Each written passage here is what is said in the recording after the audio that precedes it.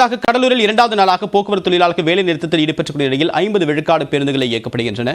கூடுதல் தகவலுடன் நம்முடைய செய்தியாளர் பிரேம் விவரம் என்ன? கடலூர் மாவட்டத்தை பொறுத்தவரைக்கும் என்ன நிலைமை?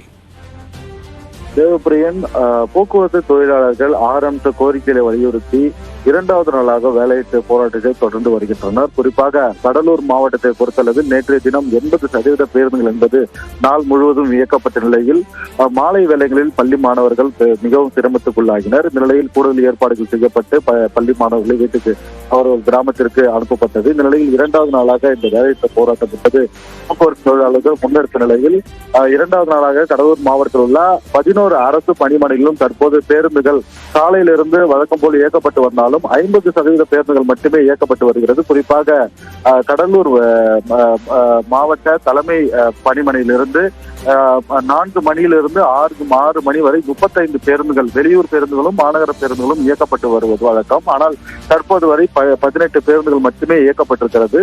கூடுதலாக பேருந்துகள் இயக்க ஆட்கள் பற்றாக்குறை காரணமாக தொழிலாளர்கள் போராட்டத்தில் ஈடுபட்டு வருவதால் ஓட்டுநர்கள் நடத்துனர்கள் இல்லாததால் தற்போது நேற்றைய தினம் பணியில் ஈடுபட்டவர்களுக்கே தொலைபேசி மூலம் இங்க இருக்கக்கூடிய அதிகாரிகள் தொலைபேசி மூலம் தொடர்பு போட்டு அவர்களையே மீண்டும் பணிக்கு வரவேற்பதற்காக நடவடிக்கைகளை மேற்கொண்டு வருகிறார்கள். ஏற்கனவே தற்காலிக ஓட்டுநர்களுக்கான முகாம் என்பது நடத்தப்பட்டது.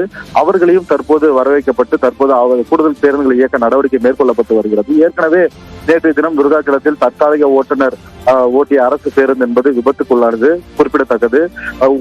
தொழிலாளர்களுடைய முக்கிய கோரிக்கை என்னவென்றால், பேருந்துகளை இயக்குங்கள், ஆனால் தற்காலிக ஓட்டுநரை கொண்டு பொதுமக்களுக்கு எந்தவித விபத்துகளும் ஏற்படாத வண்ணம் பேருந்துகளை இயக்கிக் கொள்ளுங்கள்.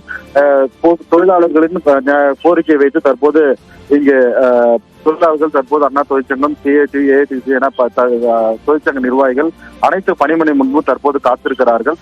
9 மணி அளவில் சிஐடி சார்பில் ஒரு மறியல் போராட்டமும் தற்போது நடத்த திட்டமிட்டிருக்கிறார்கள். தற்போது வரை கடலூர் மாவட்டத்தை பொறுத்தளவில் 11 அரசு பணிமனையிலிருந்து சுமார் 50% பேருந்துகள் மட்டும் 6 மணி நிலவரப்படி தற்போது இயக்கப்பட்டு வருகிறது. 6 மணிக்கு மேல் தான் தற்போது மாநகர பேருந்துகள் அனைத்து கிராம பகுதிகளுக்கும் செல்லும். குறிப்பாக 25 கிலோமீட்டர் பயணிக்கக்கூடிய அரசு பேருந்துகள் தற்போது புறப்பட தயாராக இருந்தாலும் பேருந்து ஓட்டுநர் பற்றாக்குறை காரணமாக தற்போது இன்னும் பணிமனையிலே காத்திருக்கிறது. கடலூர் மாவட்டத்தில் இருக்கக்கூடிய 11 பணிமனைகளிலும் சேர்த்து சராசரியாக 50% பேருந்துகள் இயக்கப்படுகின்றது. தொடர்பான கள தகவலை கொடுத்தீங்க பிரேம். உங்களோட தகவல்களுக்கு நன்றி.